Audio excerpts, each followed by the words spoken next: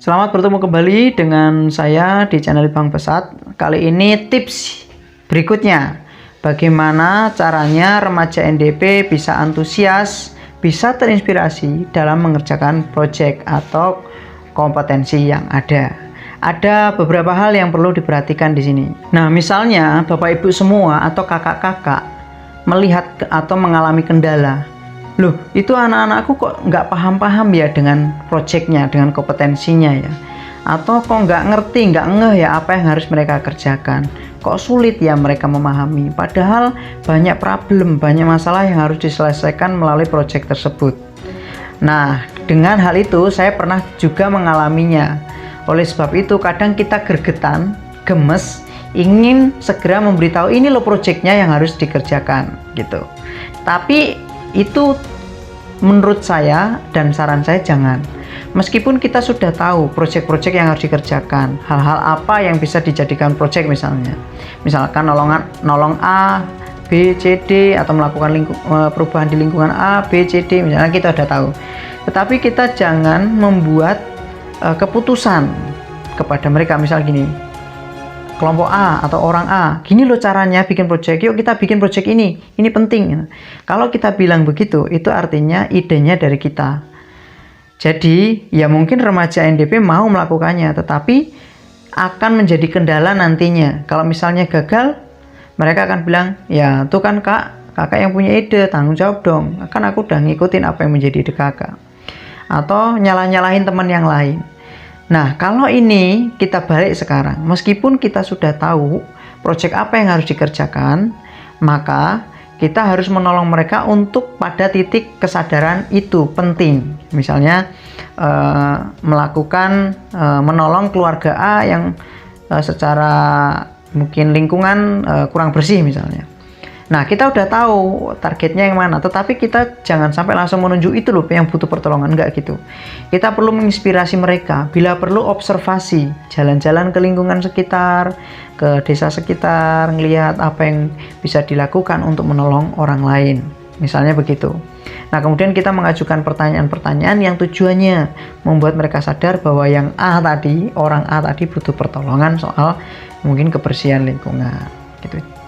Intinya adalah bukan kita yang memberi tugas A, kamu kerjakan ya, bukan. B, kamu kerjakan ya, bukan. Tetapi kita inspirasi mereka, kita tuntun lewat coaching, lewat mentoring gitu, lewat observasi supaya mereka bisa ngeh, bisa paham, bisa tahu, oh ini penting, ini masalah yang harus segera diselesaikan. Aku bisa kontribusi apa untuk hal ini. Nah gitu. Sampai pada titik itu. Memang kelihatannya sulit, tetapi bisa dicoba terus dan saya sudah mencobanya.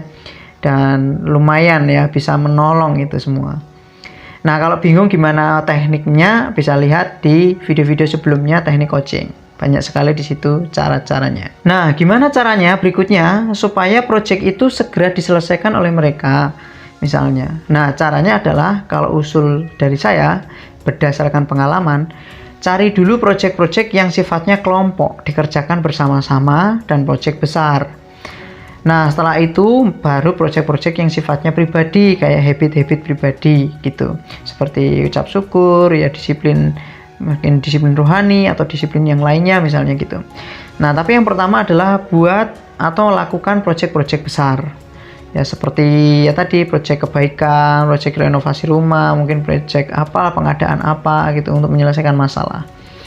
Nah, kalau proyek yang rombongan itu tadi, yang kelompok tadi bisa dikerjakan dengan baik, maka semangat mereka juga akan terbangun. Nah, oleh sebab itu, dengan melakukan proyek itu, maka akan berdampak ke proyek-proyek pribadi berikutnya. Bila perlu, satu proyek besar itu bisa untuk menyelesaikan 2 atau 3 kompetensi sekalian. Oleh sebab itu, pikirkan proyek yang besar, sekali eksekusi bisa untuk banyak hal. Tapi intinya satu, bukan untuk ngejar poin, tapi untuk bertumbuh.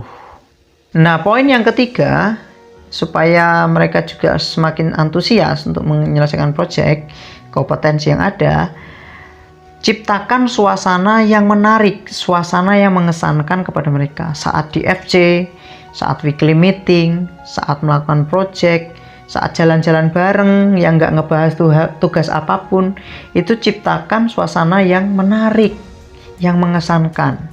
Sehingga remaja bisa terus ingin kegiatan kita bersama-sama gitu, ngangenin lah kapan ketemuan lagi ya gitu, kapan ketemuan lagi gitu. Nah, suasana itulah yang penting. Pertanyaannya bagaimana caranya kita sebagai pendamping untuk menciptakan suasana itu? Yang pertama ya dari sikap kita. Setiap remaja NDP datang, kita bersikap ramah. Tidak peduli itu squadnya siapa, tetapi kita ramah, welcome, friendly sama mereka. Bayangin saja kalau misalkan mereka datang ke FC terus kita cuek, oh itu bukan squadku kok, gitu misalnya. Atau meskipun mereka hanya sekedar mampir main siang-siang, sore-sore ke FC terus kita biarin aja, kita tetap di dalam rumah misalnya, di dalam sekolah misalnya. Kita nggak menyapa mereka, nah itu kurang friendly. Oleh sebab itu ciptakan suasana-suasana itu sehingga mereka betah banget mau datang ke FC. Terima kasih, semoga tips ini bermanfaat. Jangan lupa subscribe dan lihat video sebelumnya yang sangat bermanfaat. God bless you.